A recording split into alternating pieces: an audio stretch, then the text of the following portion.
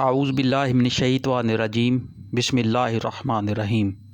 سورۃ تغابن۔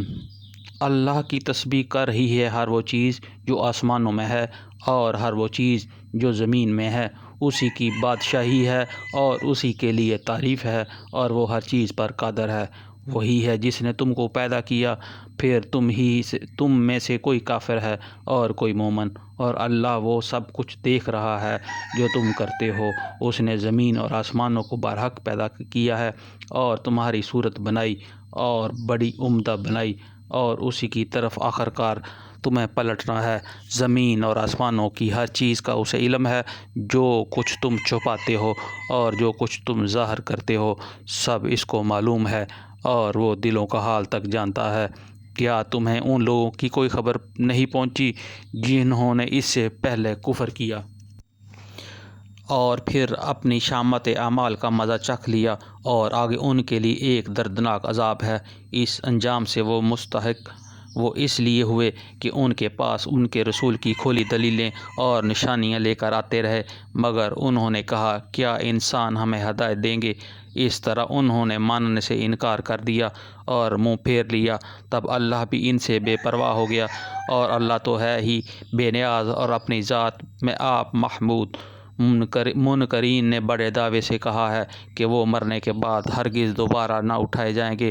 ان سے کہو نہیں، میرے رب کی قسم، تم ضرور اٹھائے جاؤ گے، پھر ضرور تمہیں بتایا جائے گا کہ تم نے دنیا میں کیا کچھ کیا ہے، اور ایسا کرنا اللہ کے لیے بہت آسان ہے۔ بس ایمان لاؤ اللہ پر اور اس کے رسول پر اور اس کی روشنی پر جو ہم نے نازل کی ہے۔ جو کچھ تم کرتے ہو اللہ اس سے باخبر ہے۔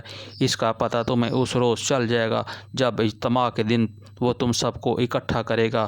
وہ دن ہوگا ایک دوسرے کے مقابلے میں لوگوں کی ہار جیت کا۔ جو اللہ پر ایمان لایا ہے اور نیک عمل کرتا رہا ہے، اللہ اس کے گناہ جھاڑ دے گا اور اسے ایسی جنتوں میں داخل کرے گا جن کے نیچے نہریں بہتی ہوں گی۔ یہ لوگ ہمیشہ ہمیشہ ان میں رہیں گے۔ یہی بڑی کامیابی ہے ان لوگوں نے، اور جن لوگوں نے کفر کیا ہے وہ ہماری آیات کو وہ دوزخ کے باشندے ہوں گے جس میں وہ ہمیشہ رہیں گے، اور وہ بدترین ٹھکانہ ہے۔ کوئی مصیبت کبھی نہیں آتی مگر اللہ کے اذن سے آتی ہے۔ جو شخص اللہ پر ایمان رکھتا ہو اور اللہ اس کے دل کو ہدایت بخشتا ہے، اللہ کو ہر چیز کا علم ہے۔ اللہ کی اطاعت کرو اور رسول کی اطاعت کرو، لیکن اگر تم اطاعت سے منہ موڑتے ہو تو ہمارے رسول صلی اللہ علیہ وآلہ وسلم پر صاف حق پہنچا دینے کے سوا کوئی ذمہ داری نہیں ہے۔ اللہ وہ ہے جس کے سوا کوئی خدا نہیں، لہذا ایمان لانے والوں کو اللہ ہی پر بھروسہ کرنا چاہیے۔ اے لوگو جو ایمان لائے ہو، تمہاری بیویاں اور تمہاری اولاد میں سے بعض تمہارے دشمن ہیں، ان سے ہوشیار رہو، اور اگر تم عفو درگزر سے کام لو اور معاف کر دو تو اللہ غفور رحیم ہے۔ تمہارا مال اور تمہاری اولاد تو ایک آزمائش ہے، اور اللہ ہی ہے جس کے پاس بڑا اجر ہے۔